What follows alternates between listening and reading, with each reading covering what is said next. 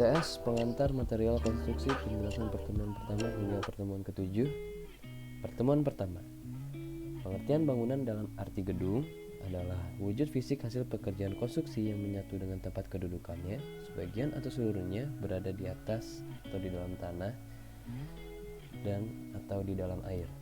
Pengertian infrastruktur adalah sistem dari fasilitas umum baik yang didanai oleh publik ataupun swasta yang menyediakan layanan pengiriman dan standar kehidupan yang berkelanjutan. Tujuan bangunan dan infrastruktur sebagai tempat tinggal, tempat bekerja, menjalankan aktivitas sehari-hari.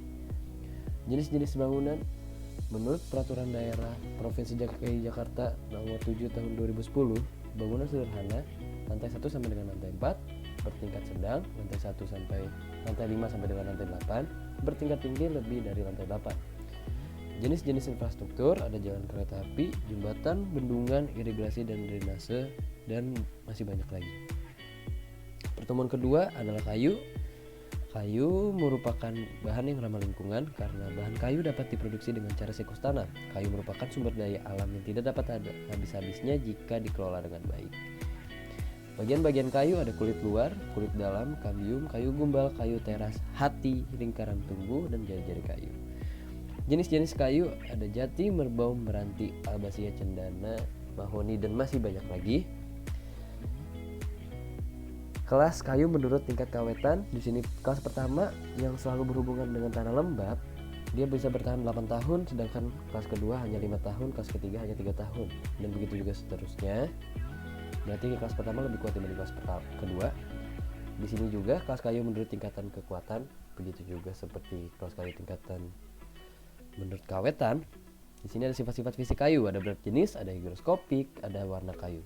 Sifat-sifat mekanik kayu ada kekuatan tarik, tekan, lentur, dan kekakuan.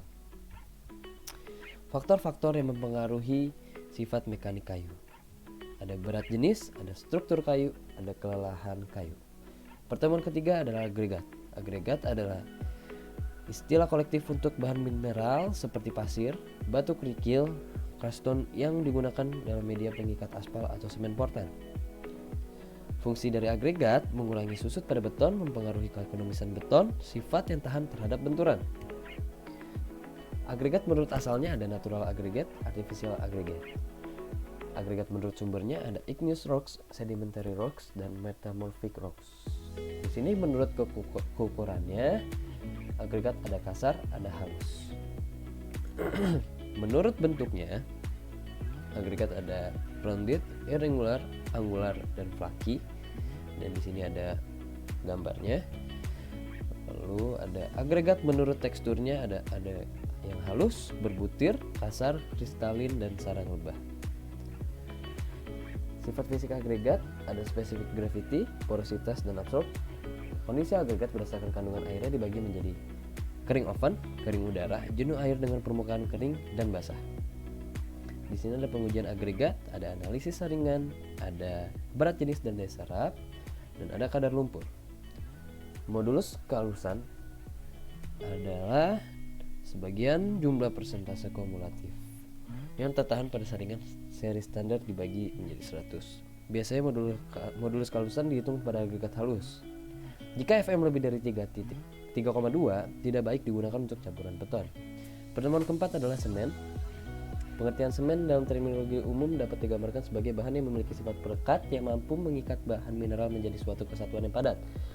Kata semen berasal dari bahasa Latin cementum yang berarti pengikat atau perekat. Semen Portland diproduksi pertama kalinya tahun 1824 oleh Joseph Asdin. Pembuatan semen Portland. Bahan dasar material berkapur, limestone, ataupun material lempung seperti tanah liat. Pembuatan semen terdiri dari penggilingan, pencampuran material sesuai komposisi, pembakaran di dalam kiln pada 1300 sampai 1500 derajat. Semen hidrolik adalah material mengeras bila dicampur air. Setelah mengeras tidak mengalami perubahan kimia jika dikenai air.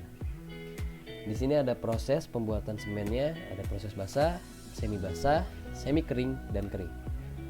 Komposisi kimia pada semen Portland ada kapur, ada silika, ada alumina, ada besi oksida. Semen hidrolik, pozolan, diperoleh pertama kali dari daerah sekitar Pozzuoli, Italia, dibuat dari campuran fly ash, silica foam, dan serbuk bata. Berdasarkan komposisinya ada 5 tipe. Tipe pertama biasa, tipe kedua bisa tahan panas sedang, tipe ketiga cepat mengeras, tipe keempat tahan panas rendah, dan tipe kelima tahan sulfat. Ini ada jenis-jenis semen non hidrolis, ada gips, ada lime, ada magnesium, dan ada belerang. Nah, pemakaian air dan semen terlalu banyak dapat menyebabkan penyusutan yang luar biasa dengan mengikatnya kecenderungan untuk terjadinya retak-retak dan disimpan dengan baik. Nah, di sini ada pengujian semen, adalah yang di lapangan dan ada yang di laboratorium. Pertemuan kelima, air, semen, dan admixtur. Pengertian air adalah bahan pembentuk beton. Kualitas air pencampur disyaratkan sebagai air yang dapat diminum. Fungsi air pada beton untuk reaksi kimia sebagai pelincir. Tujuan utama pemakaian air untuk proses hidrasi dan untuk perawatan. Air dipengaruhi oleh ukuran agregat maksimum, bentuk butir, gradasi agregat, kotoran dalam agregat, jumlah agregat halus. Syarat mutu air ada garam-garam anorganik, NaCl dan sulfat, air asam, basa, gula, minyak, rumput laut, dan zat-zat organik lain. Admixtur adalah bahan yang ditambahkan pada campuran beton pada tahap pencampuran.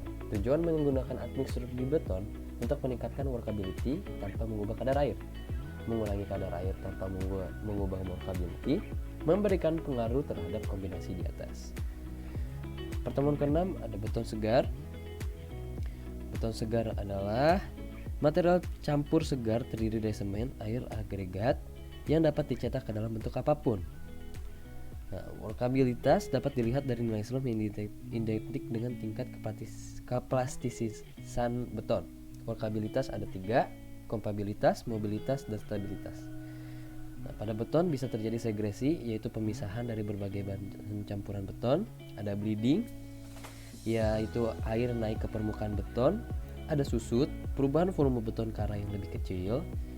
Ada rongga lubang, yang merupakan masalah beton yang timbul pada permukaan beton yang sudah mengering.